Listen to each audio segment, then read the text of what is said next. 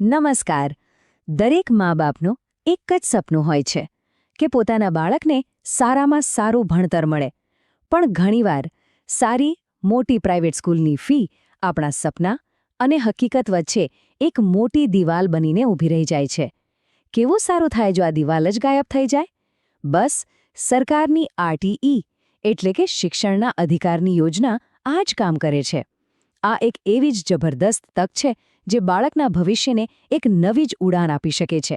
તો ચાલો આપણે સાથે મળીને 2026-27 માટેની આખી એડમિશન પ્રોસેસને સ્ટેપ બાય સ્ટેપ સમજીએ. આજના આ વિશ્લેષણમાં આપણે આ 6 મુખ્ય મુદ્દાઓ પર વાત કરીશું. આરટીઈનું ફોર્મ ભરવાથી લઈને એડમિશન કન્ફર્મ થાય ત્યાં સુધીની આખી સફર તમારા માટે એકદમ સરળ બની જશે. તો ચાલો શરૂ કરીએ. આપણે બધા જાણીએ છીએ કે સારી સ્કૂલમાં ભણાવવાનો ખર્ચ કેટલો બધો હોય છે અને આ જ ખર્ચનો વિચાર ઘણા પરિવારોને પાછળ ધકેલી દે છે. આ સવાલ છે ને લગભગ દરેક સામાન્ય પરિવારના મનમાં ક્યારેક ને ક્યારેક તો આવે જ છે.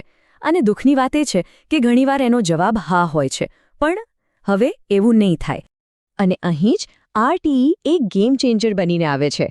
જો આ કોઈ સામાન્ય સ્કીમ નથી, પણ એક કાયદો છે, એક અધિકાર છે જે એ વાતની ખાતરી આપે છે કે પૈસાની કમીને કારણે કોઈ પણ હોશિયાર બાળક પાછળ ન રહી જાય. આ યોજના હેઠળ બાળક ધોરણ 8 સુધી પ્રાઇવેટ સ્કૂલમાં એક પણ રૂપિયો ભર્યા વગર ભણી શકે છે. તો પછી સૌથી મોટો સવાલ કે આ સુવર્ણ તકનો લાભ લઈ કોણ શકે છે? આના માટે મુખ્યત્વે 2 જ વસ્તુ જોવામાં આવે છે: બાળકની ઉંમર અને પરિવારની આર્થિક અને સામાજિક પરિસ્થિતિ. ચાલો આને જરા ડિટેલમાં સમજીએ. સૌથી પહેલો અને સૌથી પાક્કો નિયમ છે ઉંમરનો. 1 જૂન 2026ના દિવસે બાળકની ઉંમર પૂરા 6 વર્ષ થયેલી હોવી જોઈએ. આમાં એક દિવસ પણ ઓછો નહીં ચાલે. એટલે ફોર્મ ભરતા પહેલા બાળકની જન્મ તારીખ બરાબર ચેક કરી લેવાની. હવે આ વસ્તુ ખાસ સમજવા જેવી છે. આ છે સરકારનો પ્રાયોરિટી ઓર્ડર.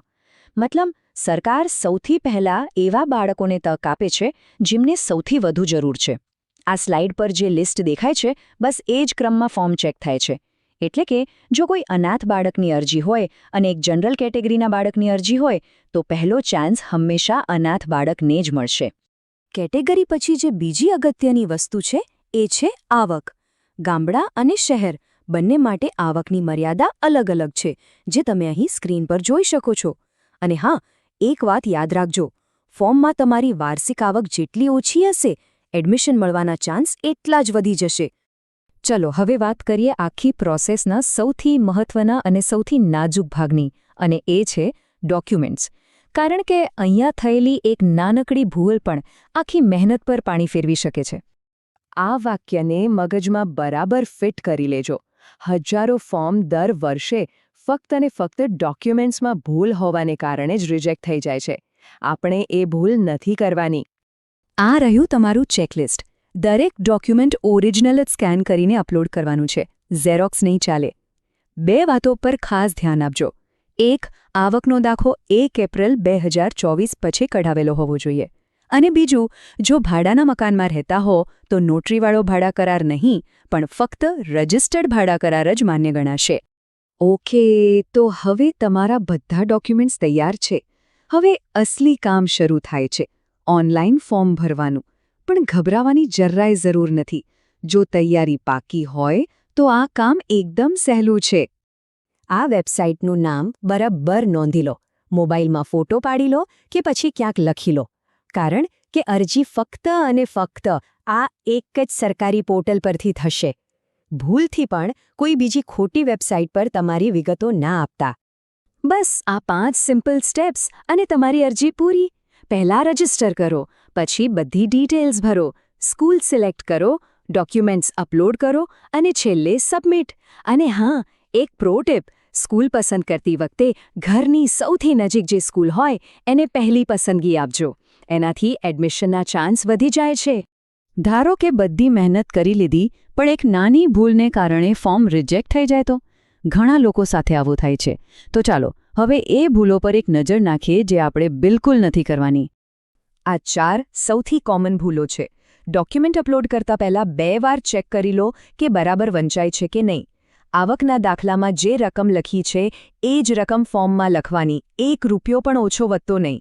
અને હા, બાળકના નામનો સ્પેલિંગ જન્મના દાખલામાં અને આધાર કાર્ડમાં બંનેમાં એકદમ સરખો હોવો જોઈએ.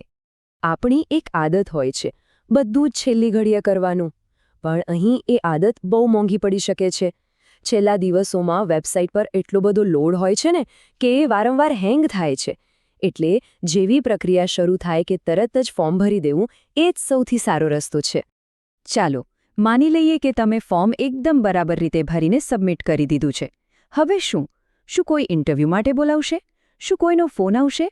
ચાલો, હવે પ્રક્રિયાનો છેલ્લો તબક્કો સમજીએ. આ આખી પ્રોસેસની સૌથી સારી વાત એ જ છે કે તે એકદમ પારદર્શક અને ઓટોમેટિક છે. અહીં કોઈની ભલામણ કે કોઈની ઓળખાણ કામ નથી આવતી. તમારો પ્રાયોરિટી નંબર, તમે પસંદ કરેલી સ્કૂલ અને તમારા ઘરથી સ્કૂલનું અંતર, બસ આ બધી માહિતીના આધારે એક કમ્પ્યુટર સોફ્ટવેર જ નક્કી કરે છે કે કોને એડમિશન મળશે. અને છેલ્લે, આ સૌથી અગત્યની સલાહ, આરટીઈ એડમિશન માટે સરકાર 1 પણ રૂપિયો લેતી નથી. આ પ્રોસેસ બિલકુલ ફ્રી છે. જો કોઈ એજન્ટ કે કોઈ વ્યક્તિ પૈસા લઈને એડમિશન કરાવી આપવાની ગેરંટી આપે તો તરત સમજી જજો કે એ તમારી સાથે છેતરપિંડી કરી રહ્યો છે. આ તક દરેક લાયક બાળકની છે. તો હવે સવાલ એ નથી કે આ યોજના શું છે, પણ સવાલ એ છે કે આ જાણકારીનો ઉપયોગ કરીને આપણે કેટલા બાળકોના ભવિષ્યને એક નવી દિશા આપી શકીએ છીએ.